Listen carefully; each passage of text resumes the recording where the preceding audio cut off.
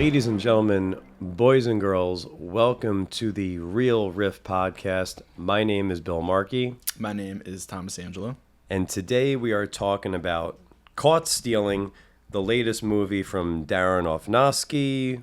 We have Charlie Huston. That name sounds familiar. We have to talk about him. Wrote the film. It stars Austin Butler, Regina King, Zoe Kravitz, Vincent D'Onofrio, Liev Schreiber. I'm leaving people out. But You say Regina King? I said Regina King. I feel like I'm leaving somebody else out. Matt Smith. Matt Smith, that's it. This movie, to summarize it, a burned out ex-baseball player, Hank Thompson, unexpectedly finds himself embroiled in a dangerous struggle for survival amidst the criminal underbelly of 1998 New York City, forced to navigate a treacherous underworld he never imagined. This movie just came out August, let's say the 31st? 30th, August 29th. And let's just go over a few numbers right before I throw it to you. 7.4 out of 10 on IMDb, 84% on Rotten Tomatoes, 3.6 out of 5 on Letterboxd. So far, it's getting some good love. Its budget's $40 million. It didn't have a great opening weekend. It slid into third place behind Weapons, which is still reigning supreme, the Jaws re-release, and now this. Right now, it's up to like 13.2, but the weekend wasn't itself incredibly strong. But Yeah. we enjoyed the movie. Specifically, though, Tommy, what did you think? I thought it was really good. I really enjoyed the style of it. What caught me right at first was how pretty the film is. It's 100% shot on film. Not exactly sure what it's shot on. Beautiful. And what's really interesting is it's shot by Matthew Libatique, who did Highest to Lowest as well. Right.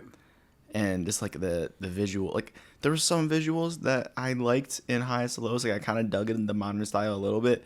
This movie though, I love how this looks, and I love the camera work. There's a shot at one point of Austin Butler running through the streets of New York City, and we'll go non-spoilers first. But the way it was shot, Aronofsky's talked about that scene, by the way.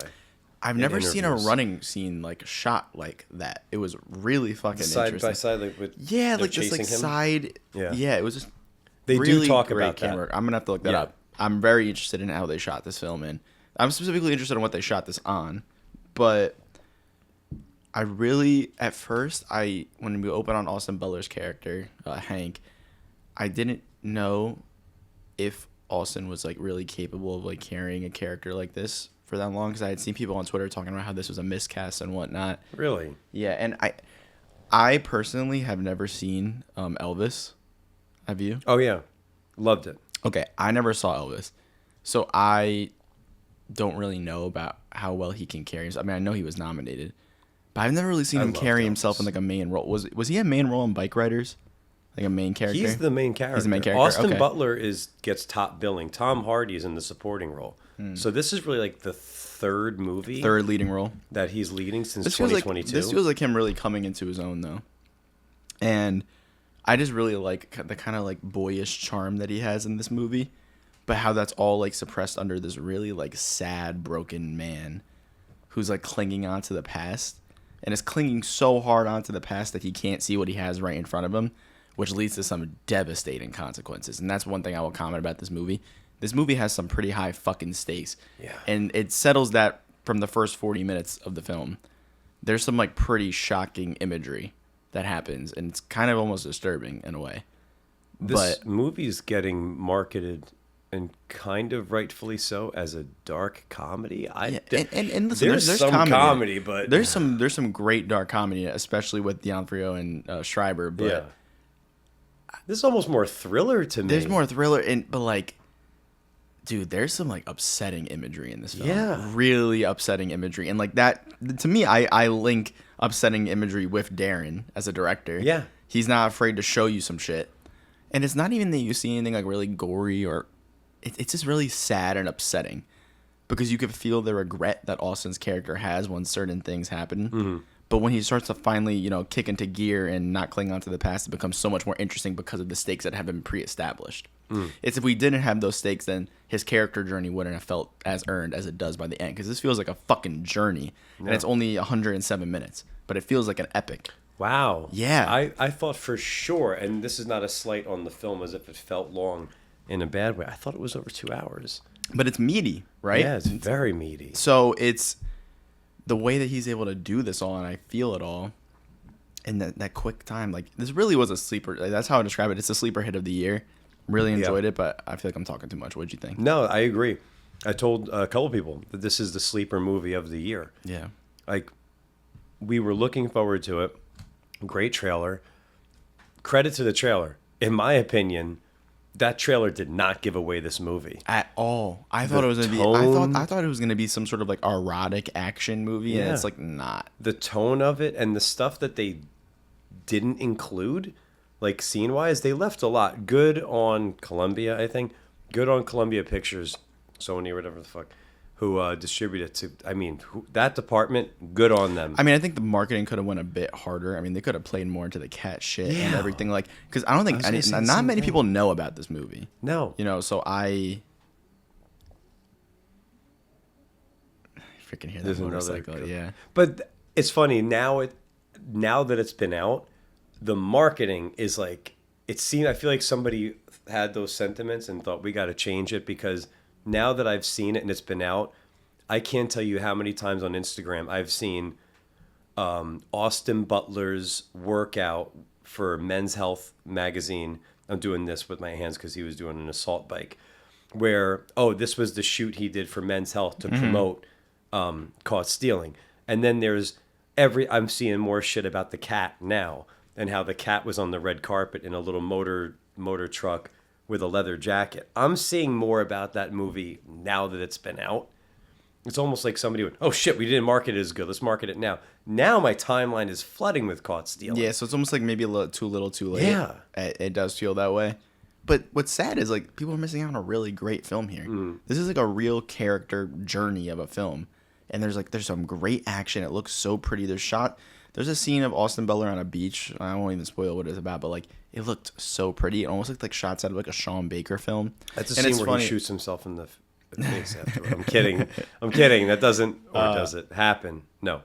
But what's interesting is like there's some relation to Honora here in terms of the Russian mob and Brighton Beach and whatnot. But this feels more like a movie. And this is what I said when we walked out of the theater. This is a really great balance of a serious character drama and a movie. Where there's some movie action in here where it's like, okay, that wouldn't happen in real life. But it's really tied together well with this very interesting character journey. That's dark and like very emotional, and I was able to like sink my teeth into that a little bit. You know, that's what really got me in this film and pulled me through it. You said something interesting I wanted you to bring up. It was a really good point where you said, because we were saying, I said how like this movie is one of the most edge of my seat experiences I've had in the theater this year, where I was energized. I was constantly just eyes wide looking at the screen. And you had a good point that like every 20 or 30 minutes, you said something outside the theater, like we're getting another. It reminded me of Weapons, where at the end of every chapter in Weapons, they hook you with something. Yeah, and and it's not only that it hooks you, it reinvents the story. That's what you said. And in this film, I'd say every 20 to 30 minutes, a new twist or action moment happens that completely reinvents the narrative that we're watching. That's why I think the screenplay works so well. I was a little disheartened to hear that this was based on a book but the same screenwriter wrote this as a novel first. But like, hats off to him. Like, this is a great screenplay. I thought it was an original screenplay, and I was like, whoa, like this is really well done. Then I learned it was from out of a book, and like that but to us it's original. It's still like a breath of fresh air compared to the original IP stuff. Mm-hmm. You know, I just didn't know this was based on a book, but it makes sense because like I think Darren's directed a lot of films that are based off books. So yeah, I mean, how many original ideas has he really done? The Wrestler is kind of original, but it's based off wrestling. Yeah, you know, isn't Black Swan a book? Or am I making that up? I can't confirm those that. Fucking Black Swan posters in my car. We could have put them up right here as part of the decoration. Wow. If we do a Darren compendium, we can do that. Because you have to watch Black Swan, right? That word is so obnoxious. Compendium. It's so ridiculous, but I love it. Yeah, well, AMC for those of you who do or don't know, it's a big bonus of them just to take a slight detour. Is they just give out like promotion, really good, like 11 by 16, maybe a little bigger movie posters. Don't go to an AMC and just like not fucking look around. They got a good merch stand. And I don't know why I'm promoting AMC right now, but when I walked up, they had stacks of Black Swan posters. But they're like that sometimes. You go to AMC, keep an eye out. Yeah. Because I brought home some couple dope Black Swan posters for the two of us, which, yeah, I haven't seen it yet. I know. I really only have like one. This movie to me only has like one sort of large blemish that I'll get into. Do you want to hop into spoilers I think now? we should go into spoilers. Is there any other performances or anything you want to comment on non-spoiler wise before? Action Bronson was fun. Oh, yeah. I love Action Bronson. Funny, we had two different musical artists in this movie. We had Bad Bunny and we had Bad Bunny. Let's go into spoilers. Yep. Spoiler. Yeah, Bad Bunny kills Action Bronson. Yeah. We'll start there with spoilers. But there's just these like there's the big performances and the leading ones. There's these like bit performances that like complement the movie well. Would you consider like D'Onofrio and Schreiber as bit performances? Kind of. But they kind of have a they have a meaty big presence. They have a meaty presence in the third act of the film.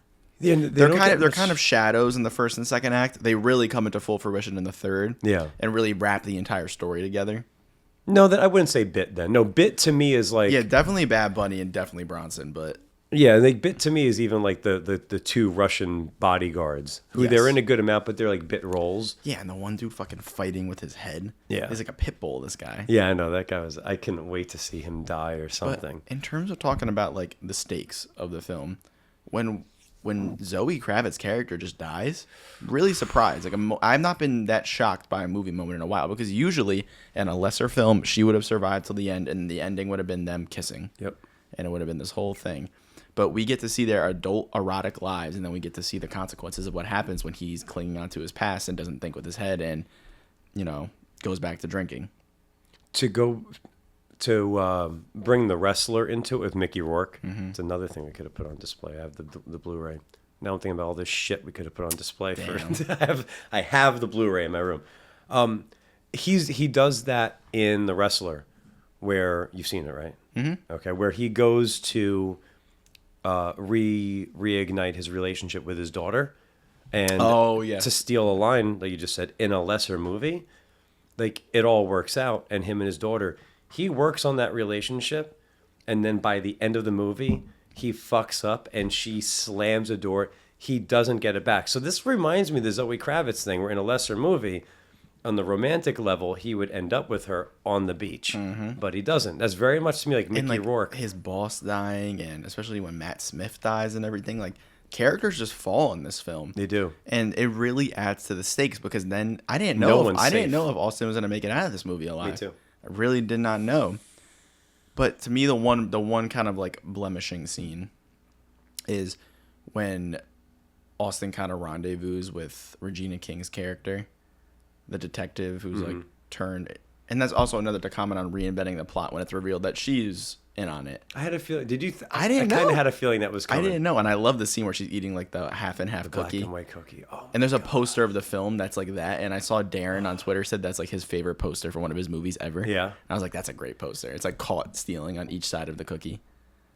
I didn't know about that. Yeah, it's a great poster.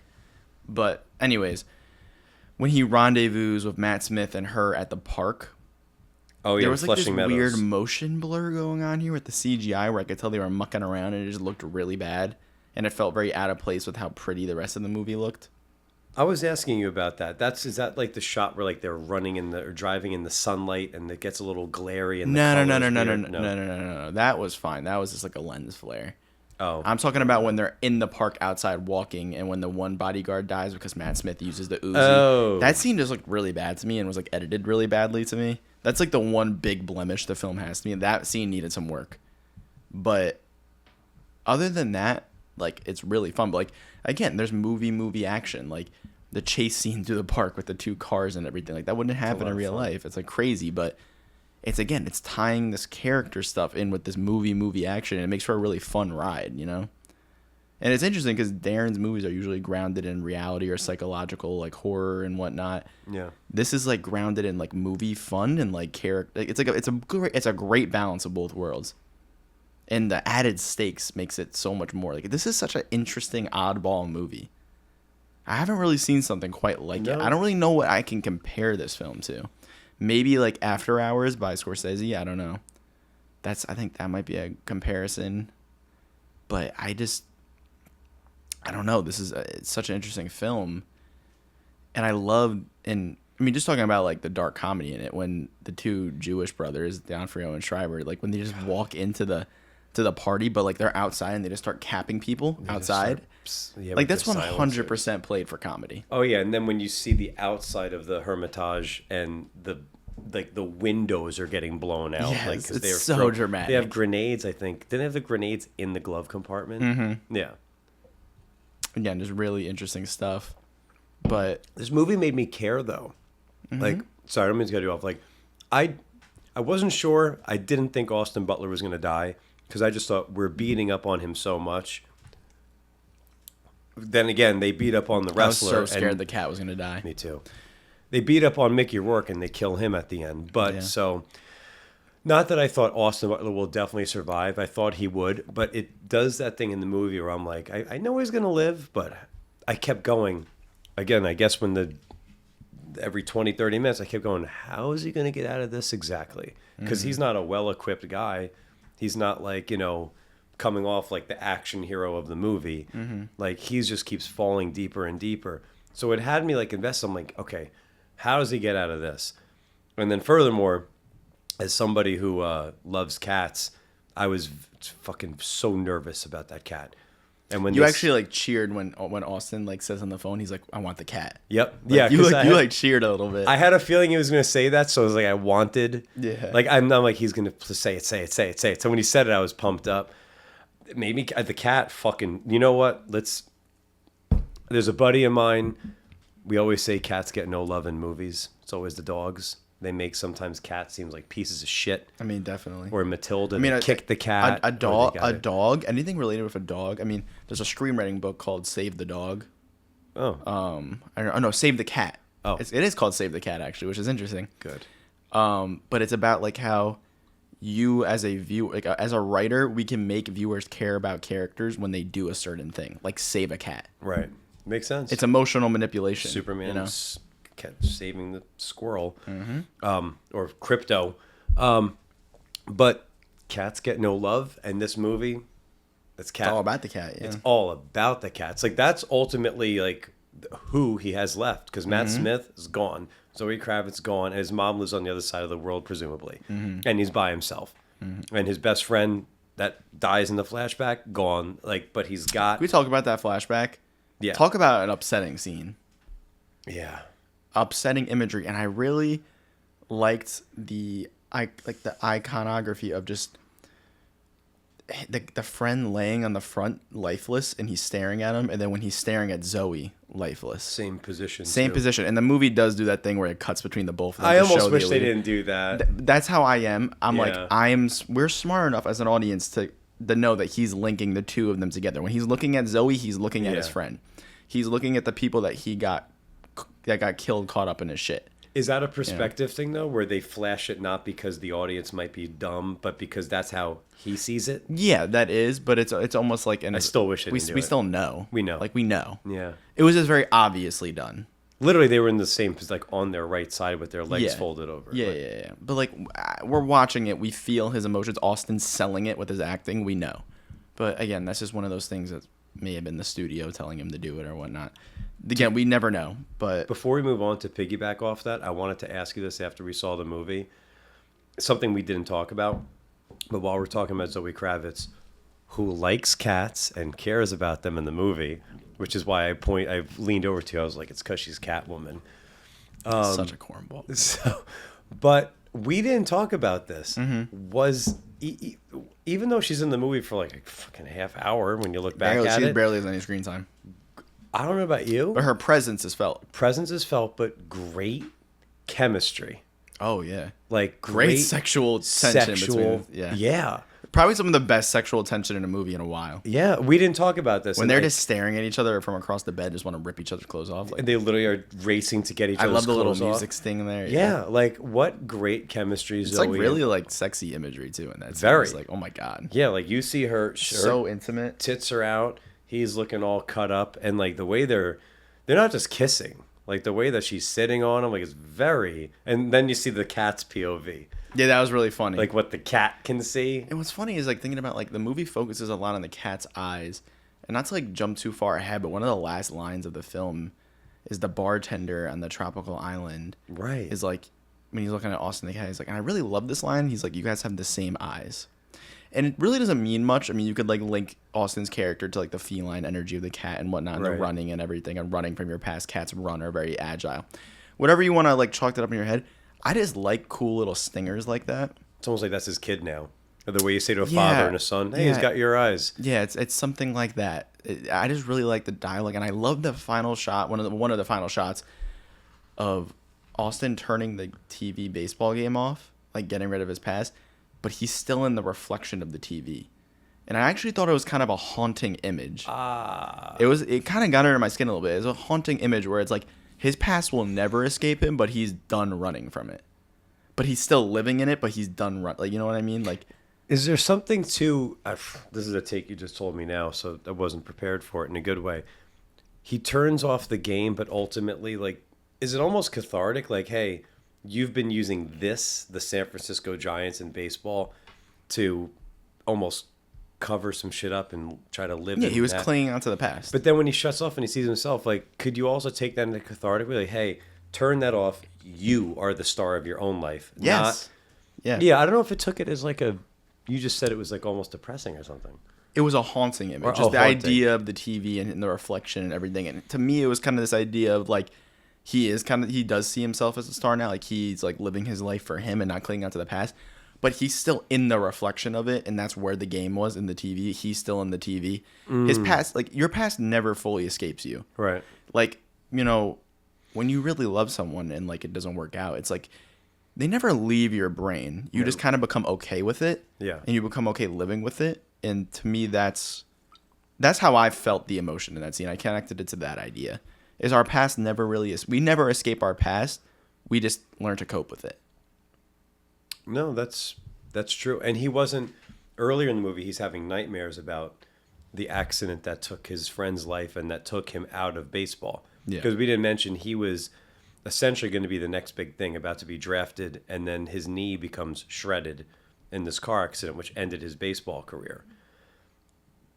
Yeah. So, yeah.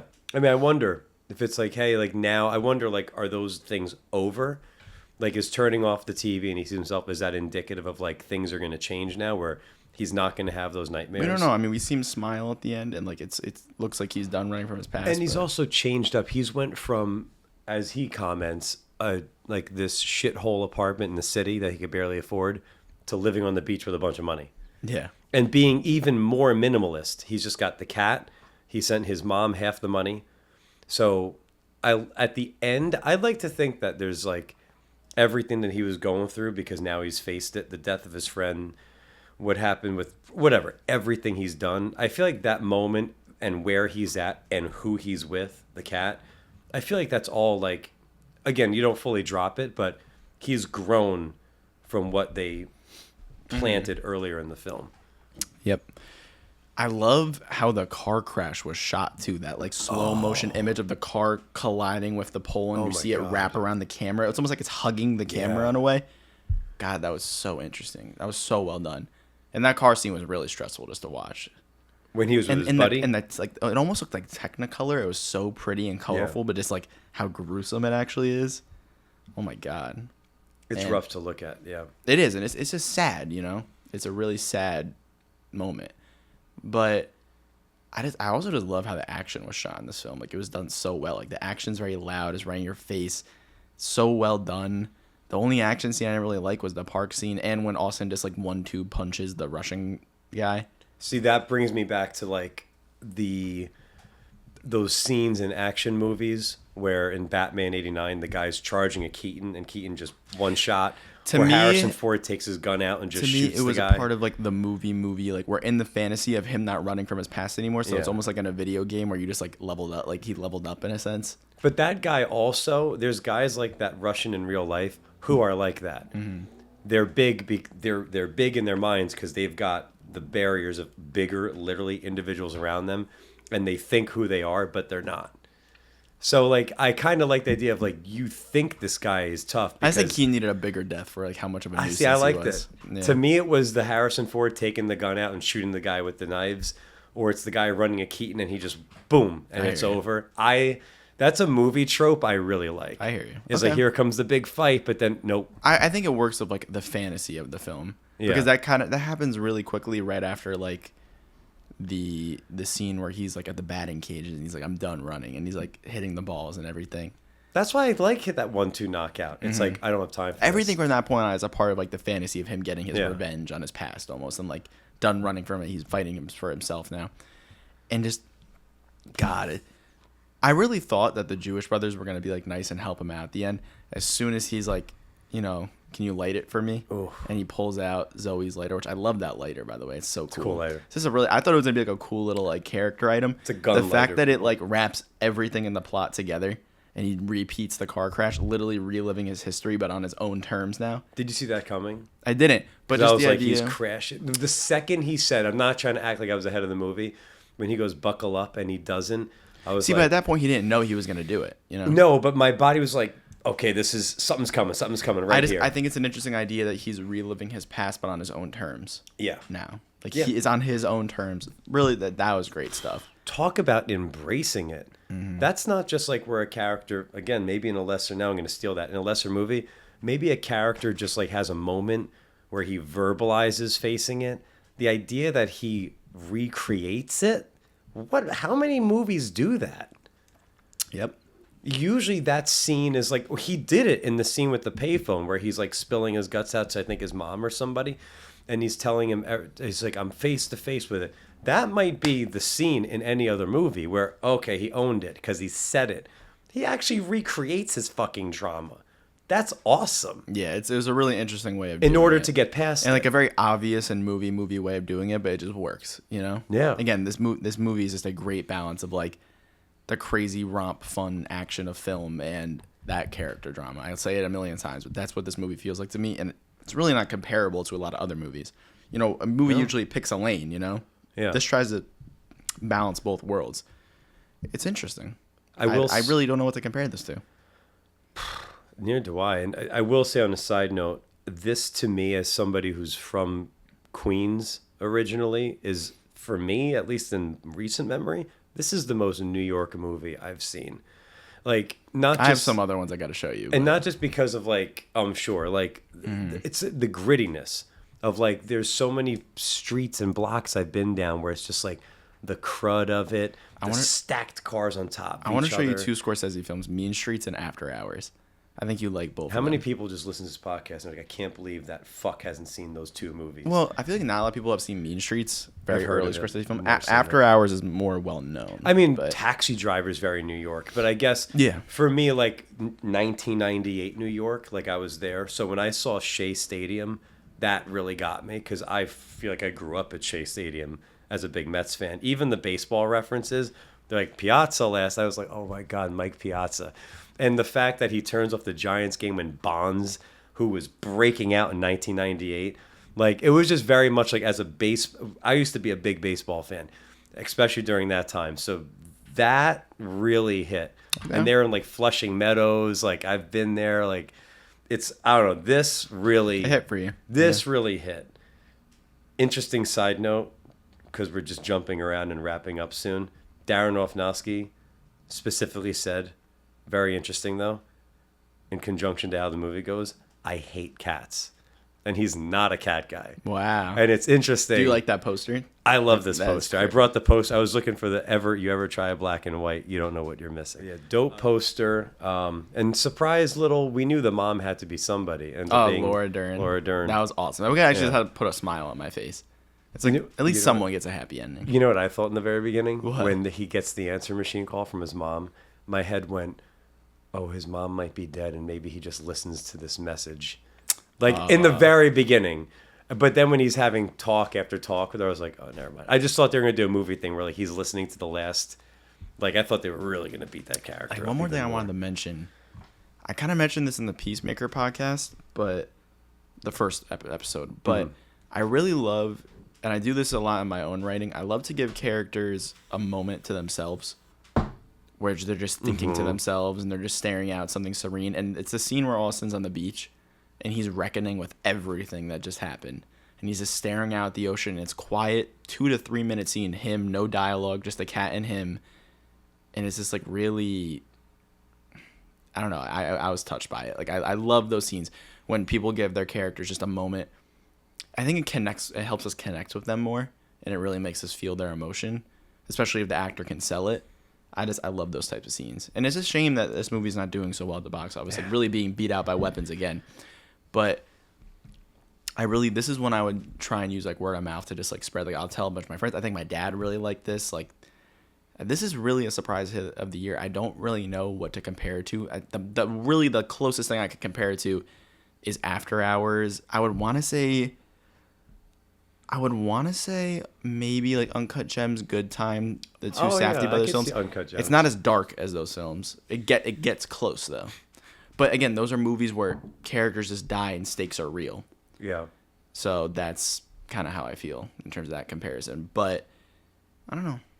It's sad that this movie's not being seen by a lot of people because I really think it's one of the most interesting films of the year, and it'll definitely rank high for me at the end. But I hope more people go see this in the theaters. If that's what you take away from this podcast, like really go see it in the theaters. It's an interesting. I don't know if juxtaposition is like the right term to use here. But we always talk about how we want like original ideas. And I know this is based off a book, but you know what I mean? Like just something different in the theater besides the usual stuff. Well, the genre is interesting here, just like what this movie really is. There's so many conflicting tones and whatnot, but it works.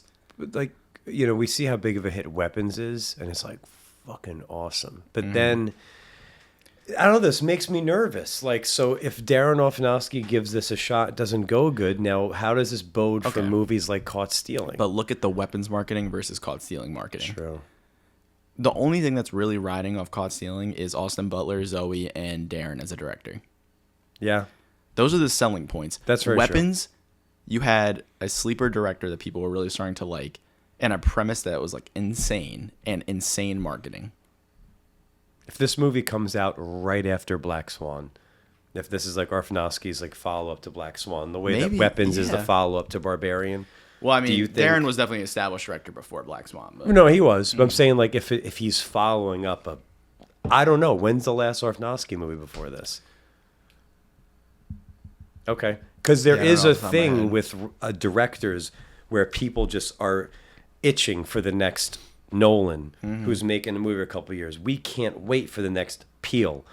But like if Aronofsky, again, if he was on a roll with 2 or 3 big movies in a row, maybe this does better. I don't know. It just it bums me out because as happy as I am about Weapons, I keep thinking, man, this should be doing better. I know. Or like, I haven't seen it yet. I know you didn't like it. You might be the only person on the face of the fucking planet who I've heard doesn't like this movie. I have heard so many critics and people, including some of our favorite critics, say one of the movies of the year for them is Black Bag. Oh, it's something that I hate Black Bag. I just thought it was pretty basic. Like it didn't do much for me. There's one really good scene in it to me. That's whatever the fuck directed that, Soderbergh, and like Soderbergh. Yeah, Soderbergh also directed Presence this year. Right. I liked Presence a lot more. Presence got under my fucking skin. I gotta see that. It's just an interesting thought where it's just like these movies that I wish were doing better. So maybe it is marketing too. I mean, it is marketing, that's for sure. Mm-hmm. But anyway, do you have anything more to say about this movie? I don't. I really hope people go and see it. I'm gonna be spreading this one a lot for sure. Really great film and such an interesting film. Like not my favorite of the year, but like it's been stuck in my head. It's interesting. A lot of it's stuck for me. I want to buy that poster of the black and white. I really want to. Yeah. Well, because we'll check movieposters.com. Yeah, I'm really excited to get that one. I hope we get a thing from Movie Posters now that I've said them. Where are you leaning for the Riff rating on this? First of all, this might be right behind Weapons. Mm-hmm. This is in the top 5, easily, for the year. This might fucking be right behind Weapons. I'm sitting. I don't know if 9. Like I'm like 8.5. I'm at an 8. 8. I think I feel like a little higher on it. I'm thinking 8.5. I think you're a little bit higher on it than me. Yeah. I'm at an 8. Yeah. What does this say anything about Austin Butler's ability to lead a movie? I think it does. I'm interested to see more from him. I want to see a different character. I wanted to see more of him in like Eddington, like that character. Like Yeah. I want to see him tap into something darker and a bit more quirkier, Weird. and not like the boyish charm that I know he's good at playing. He just does it really well here. I want to see something a bit different from him. I want to see him do something a bit wacky. I want to see him do something a bit Joaquin Phoenixy, you know? Because he is wacky.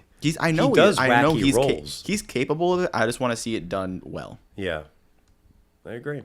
All right, so I'm at an 8.5. I'm at an 8. You're at an 8.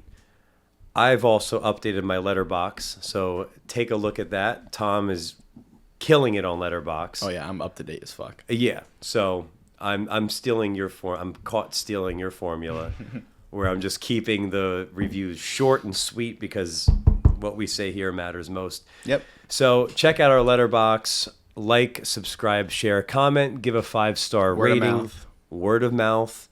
Just like caught stealing. Fucking see it and tell people about it. And that's it. All right. Thank you guys for watching. Be well. Thanks for watching, everybody. And check out Tonic the Cat. He's my star for caught stealing.